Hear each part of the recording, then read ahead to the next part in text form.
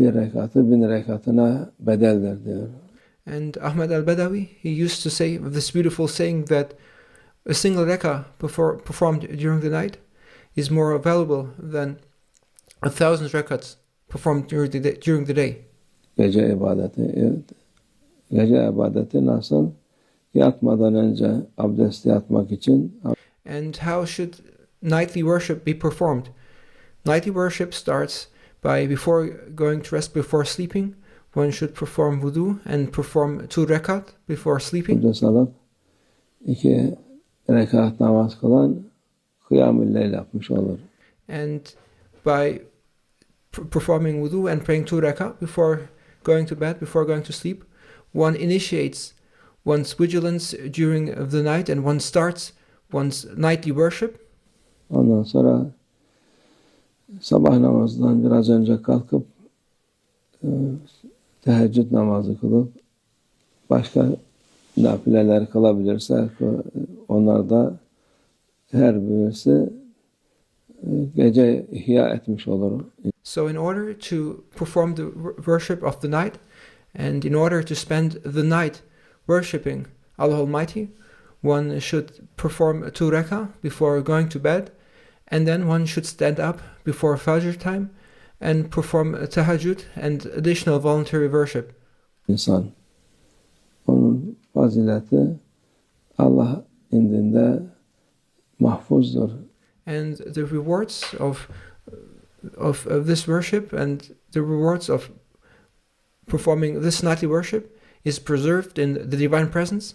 Kendi ne kadar veriyor hesabı Allah indindedir.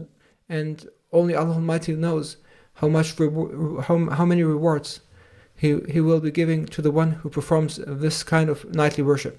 Duada geceleyin insanlar uyurken teheccüd vaktinde yapılan dua da makbul olan dualardandır. And moreover, the night time is a blessed time, and to pray and supplicate during night time while everyone is still asleep is a prayer and is a supplication which is accepted and which is heard in the divine presence. Allah Azze ve Celle onun ecrini, sevabını hem dünyada hem ahirette verir. Allah Almighty will reward you if you do so, both in this world as well as in the hereafter. En mühim şey olan insanın huzur bulması için bunlar yapması lazım. And this is what is most important if a person wants to find peace. Farz değildir, nafile şeylerdir ama nafile insanın manevi, ruhani kuvvetini çoğaltır. This is not obligatory worship, in fact, it is voluntary worship, but it is through this additional voluntary worship that one gains spiritual strength. O da vücut maddi kuvvetten daha mühimdir.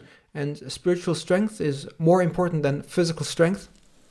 Çünkü manevi kuvvet insanın nefsini terbiye etmesine vesile olur. Because spiritual strength is the mean in order to discipline your ego. O olmasa vücudunu istediğin kadar yedir, içir, her türlü vücudun arzu ettiği şeyleri yap, o bir fayda etmez. Because without spiritual strength, you may do whatever you like. It will be of no use. You may do whatever your ego desires. You may accumulate physical, material strength as much as you like, but it will be of no use and to no avail if you do not have spiritual strength. O çünkü hayvanlar da aynı şekilde yiyip içip semirirler, o kadar. Because without spiritual strength, you are like an animal. They eat too, they drink too, they multiply too, and there's nothing more. Bir manevi bir fayda olmaz. There is no spiritual gain in doing so. Onun için manevi fayda için en azından geceleyin gece namazını kıyam-ı leyl, yatmadan önce 2 rekat, sabah namazından önce de 2 rekat, 4 rekat, 8 rekat ne kadar kılabilirse en azından 2 rekat kılsın. In order to gain spiritual benefit, it is important to perform voluntary nightly worship. And one should spend the night worshipping.